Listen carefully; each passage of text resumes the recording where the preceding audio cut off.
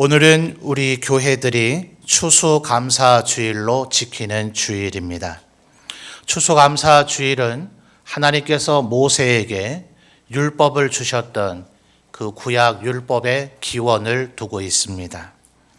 하나님께서 율법을 주실 때에 1년에 3번 유월절과 그리고 초실절 그리고 수장절에는 반드시 예루살렘 성전에 있는 하나님 앞에 나와 제사를 드리고 예배하라, 이렇게 말씀을 하신 바가 있습니다.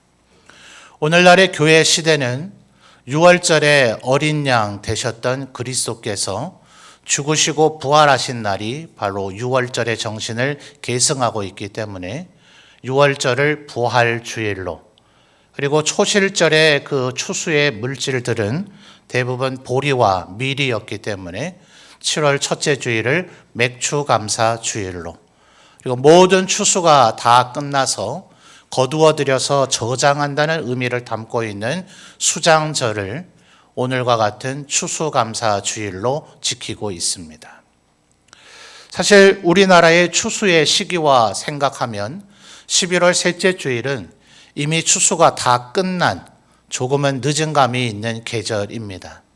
그러나 한국교회 대부분이 지금도 11월 셋째 주일을 추수감사주일로 지키고 있는 것은 우리에게 복음을 전해 주었던 영미교회, 일종의 어머니 교회인 모교회라 할 만한 영미교회에 대한 고마움의 정신을 기억하고자 하는 데에 원인이 있습니다. 유럽에서 신앙의 자유를 찾아 미국으로 건너갔던 우리 장로교회 선조라 할 만한 청교도들이 그곳에서 1년을 지나여 유럽과는 전혀 다른 기후와 상황 속에서 추수를 하고 또다시 다가오는 겨울에 먹을거리를 허락하신 하나님 앞에 감사의 예배를 드린 것이 추수감사주일 예배의 기원이 됐고, 우리에게 복음을 전해준 미 북장로교회 남장로교회, 그리고 스코틀랜드 장로교회, 호주 장로교회를 비롯한 주로 영미권의 장로교회 선교사님들이 한국교회 기독교의 주류를 이루는 선교사를 파송해 주시고 이 땅에 선교의 피를 흘려서 오늘 우리가 이만큼 하나님을 믿고 아는 백성이 많은 기독교가 자라는 나라가 되었기에 그들에 대한 고마움의 정신을 간직하고자 우리의 추수의 시기로는 조금 늦은 감이 있지만 영미교회가 지켰던 11월 셋째 주일을 지금도 대부분의 한국교회가 추수감사주일로 지켜오는 이유가 바로 거기에 있습니다.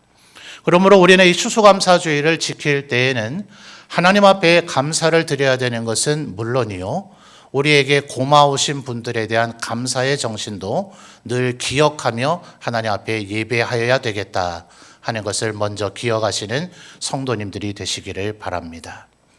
그런데 우리가 하나님 앞에 드리는 이런 예배, 아마 율법 시대라 한다면 제사라 할 것인데 이 제사는 도대체 어떻게 드려야 되는 것인가?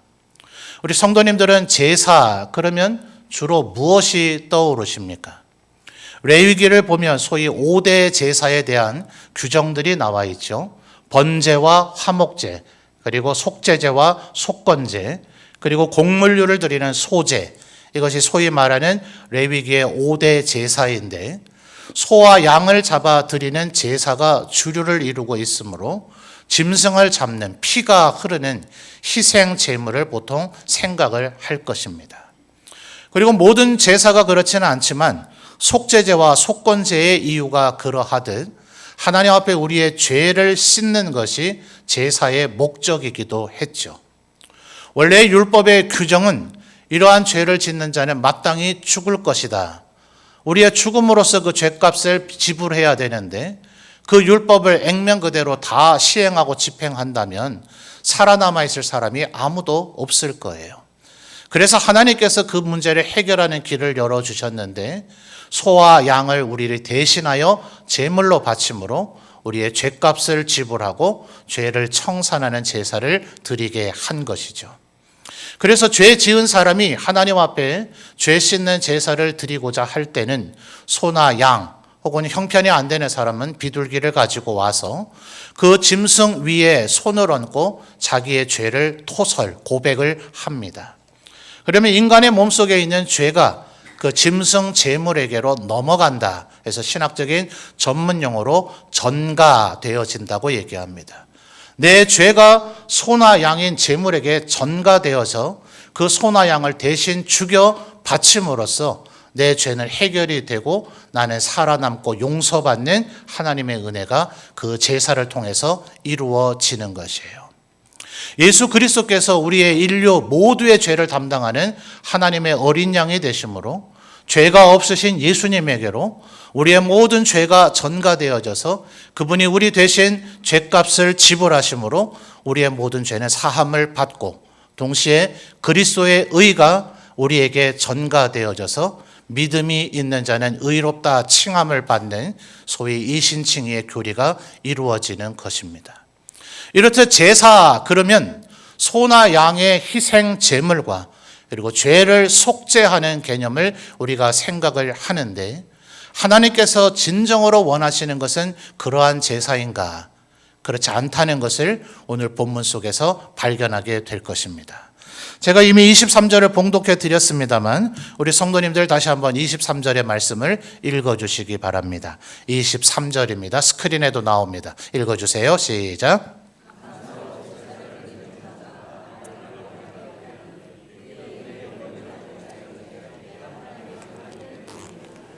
아멘.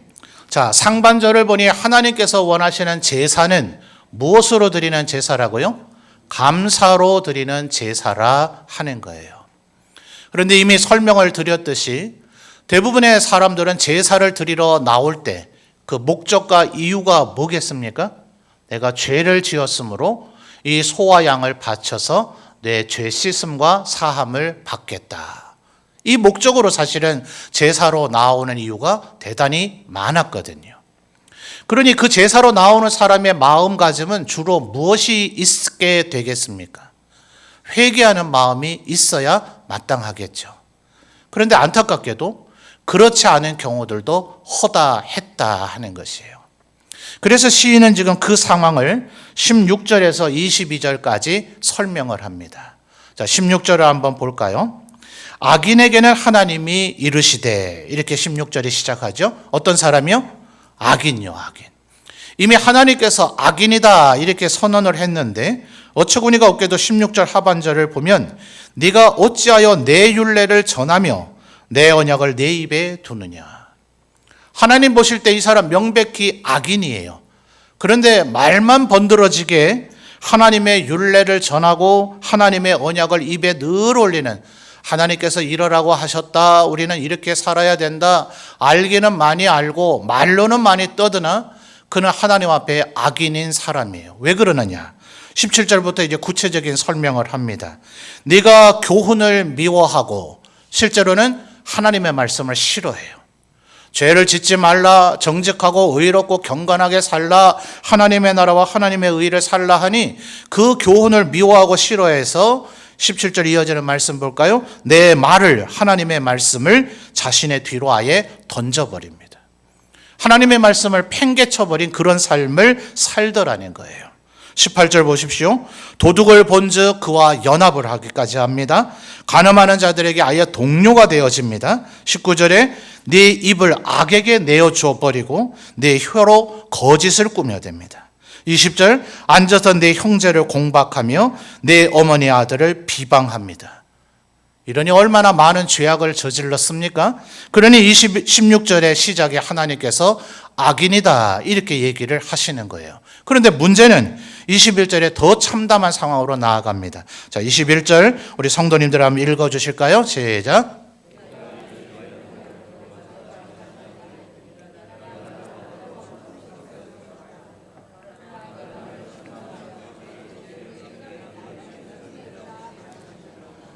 아멘. 하나님께서 어떤 사람들이 이렇게 범죄를 저질렀는데도 불구하고 그때 바로 죽이지는 않으시더라는 거예요. 그러니까 이래도 되는가 보다. 21절 상반절에 그 얘기죠. 네가 이 일을 행하여도 내가 잠잠하였더니 아무 말도 안 하고 책망도 안 하고 벌 주지를 않았더니 이래도 되는가 보다 생각하고 있고, 심지어는 하나님도 나와 같으신가 보다, 그냥 이렇게 살아도 되는가 보네, 이렇게 여기고 있다면 어느 날 네 죄를 내 눈앞에 낱낱이 드러내리라. 지금 이 시대를 살아가는 가운데도 하나님께서 때로 섭리하시고 역사하셔서 죄인들의 죄를 적나라하게 드러나게 하시기도 하십니다. 그러나 온 인류의 모든 죄악을 예수 그리스도께서 재림하시는 그날, 믿음으로 산 사람은 그날이 구원의 날이 되겠지만, 하나님의 말씀을 따르지 않고 범죄하며 산 사람들에게는 그날은 심판과 멸망의 날이 되어져서, 성경은 여러 곳에서 예수께서 재림하시는 그날을 여호와의 크고 두려운 날이라고 표현하고 있어요. 그날이 되면 모든 인류의 죄악이 낱낱이 다 드러나게 될 것입니다. 그래서 이런 태도를 가지고 하나님이 내 죄를 아시려고 이래도 괜찮던데 모든 사람이 다 죄짓지 아니하냐, 이러면서 만약 예배 자리에 나온다면 이것은 정말 최악인 거죠. 최소한 죄를 지었다면 하나님 오늘 예배 자리로 나올 때 내 죄를 용서해 주옵소서 하면서 두렵고 떨리는 마음으로, 또 성경에 말하기를 내 얼굴이 뜨뜻하여 하나님 앞에 내 얼굴을 들 수가 없습니다. 얼마나 죄책감을 느끼면 하나님 앞에 차마 얼굴을 들어서 하나님을 쳐다보지도 못하겠다는 이런 마음을 가져야 된다라고 성경은 얘기하고 있는데, 간혹 전혀 그렇지 않은 뻔뻔한 사람들이 있더라는 거예요. 그래서 22절에 하나님께서 뭐라고 상반절에 선언합니까? 하나님을 잊어버린 너희요. 자, 이렇게 만약 제사의 자리로 나온다면 이건 최악이죠. 그러면 죄를 짓고 나서 회개하는 마음으로라도 나오면 될 것인가? 하나님 그걸 원하지 않으신다고요. 23절에 원하시는 게 뭐라고요? 23절 상반절에 다시 한번요. 감사로 제사를 드리는 자. 이걸 원하신단 말이에요. 그런데 아마 적지 않은 사람들이 뻔뻔하지는 않지만 죄를 회개하는 마음으로 나올 거예요. 그걸 하나님이 그것도 원하지 않으신다고 얘기하셔요. 그 얘기가 9절에서부터 13절까지 이야기가 됩니다. 자, 빠르게 같이 한번 보면서 살펴볼까요? 9절에 이렇게 말씀하셔요. 내가 네 집에서 수소나 네 우리에서 순념소를 가져가지 아니하리니 이는 삼림의 짐승들과 뭇산의 가축이 다 내 것이며 산의 모든 새들도 내 것이고 들의 짐승도 내 것이다. 하나님께서 창조주시니 양이든 소든 비둘기든 전부 다 하나님의 것이죠. 그게 내가 필요해서 갖고 싶어서 너희 보고 가지고 나오라 라고 얘기하는 것이 아니다, 이런 얘기예요. 12절을 보십시오. 가령 내가 주려도 배가 고파서 굶주려도 네게 이르지 아니할 것은 세계와 거기에 충만한 것이 내 것이며, 13절에 뭐라고요? 내가 수소의 고기를 먹으며 염소의 피를 마시겠느냐.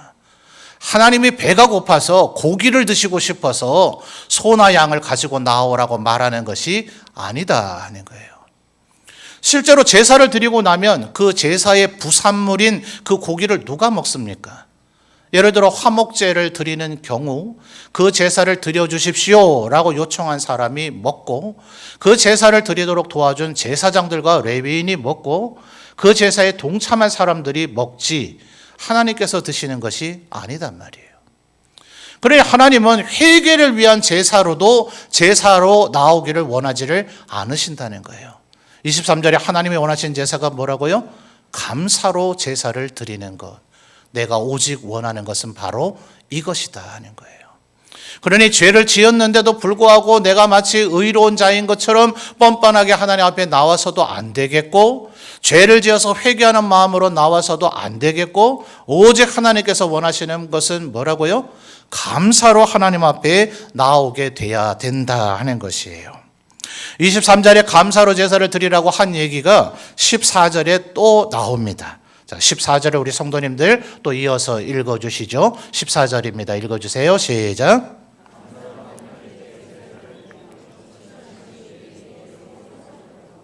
아멘. 자, 여기서 또 나오죠. 감사로 하나님께 제사를 드리며, 그리고 이어지는 하반절은 어떻게 하면 감사로 제사를 드릴 수 있는지를 설명해 줍니다. 뭐라 얘기합니까?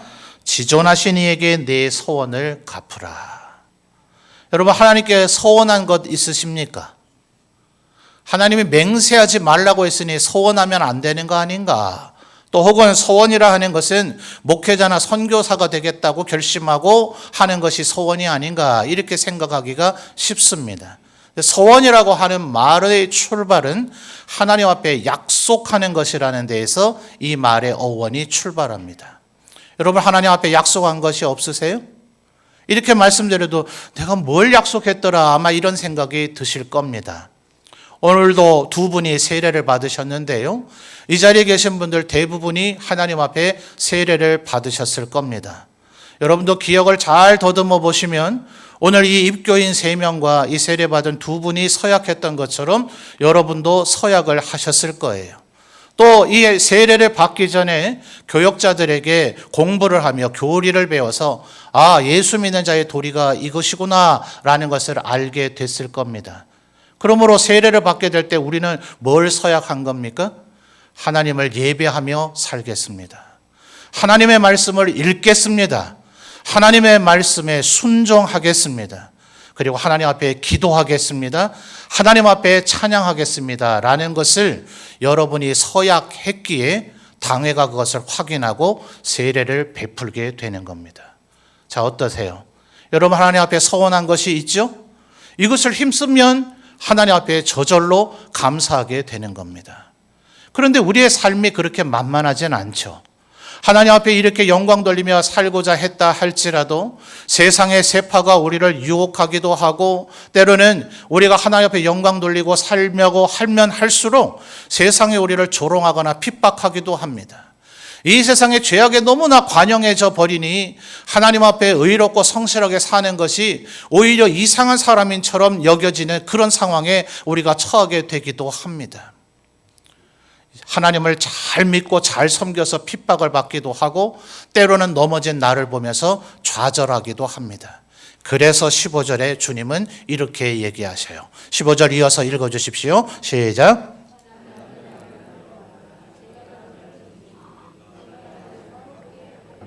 아멘. 내가 하나님 말씀대로 살려고 했는데 또 쓰러지고 넘어졌습니다. 일종의 환난입니다. 하나님 앞에 영광 돌리고 살려고 하니 세상이 나를 조롱하고 핍박합니다. 환난입니다. 15절에 뭐라고요? 환난 날에 나를 부르라. 내가 너를 어떻게 한다고요? 건지리라고 주님 약속하고 계세요. 23절에서도 똑같은 맥락의 얘기가 나왔습니다. 23절 다시 확인해 볼까요? 감사로 제사를 드리는 자가 나를 영화롭게 하나니 그의 행위를 옳게 하는 자에게 내가 하나님의 뭐요? 구원을 보이리라. 그러니 여러분, 이 약속을 믿으셔야 됩니다. 내가 하나님께 예배하며 살고 말씀대로 살고 찬양하고 살고 이렇게 살려고 하면 하나님께서 우리를 절대로 그냥 두지 않으시고 동행하시고 도우시며 때로는 환난 가운데서 건져주신다. 그러면 그때 우리 입에서 뭐가 나오겠어요? 감사가 나오게 되겠죠. 그러면 여러분, 월요일부터 토요일까지 삶을 살아가는 가운데 매일매일의 감사가 나오게 되면 주일날 어떤 마음으로 나오게 되겠습니까? 하나님 이 한 주간 동안 나를 이렇게 도우시고 나에게 은혜를 베풀어 주셨구나 하는 감사의 마음을 가득 차서 하나님 앞에 나오게 될 것 아니겠어요? 이것이 바로 지금 우리가 감사를 훈련하는 이유입니다. 여러분, CCC라고 하는 선교단체는 때로 우리가 범죄하지 않을 수가 왜 없겠어요? 사람인지라 연약하고 넘어지죠. 그러니 범죄했거든 30분을 지나지 않고 회개하라. 절대로 죄를 묵혀두지 마십시오. 월요일부터 토요일까지 죄를 지은 걸 그대로 방치하고 뒀다가 주일날 여기 와서 한목에 몰아서 그 모든 죄를 회개하려고 하면 우리가 드리는 예배는 겨우 기껏 해봐야 회개하는 제사밖에 되지 못할 거예요. 매 순간마다 회개하면 하나님께서 나를 도우시는구나, 나를 회복시켜 주시는구나, 나에게 또 새 힘과 용기를 주시는구나. 그것 때문에 우리의 삶의 매 순간이 감사가 흘러 넘치게 될 겁니다. 그 감사가 모이면 주일날 주님 앞에 나오는 우리의 마음이 기쁨으로 가득 차게 될 것이고 우리는 비로소 하나님 앞에 감사로 제사를 드리게 될 것입니다. 그러니 하나님께서 23절에 뭐라고 얘기합니까? 다시 한번 확인해 볼까요? 감사로 제사를 드리는 자가, 그 다음 뭐예요?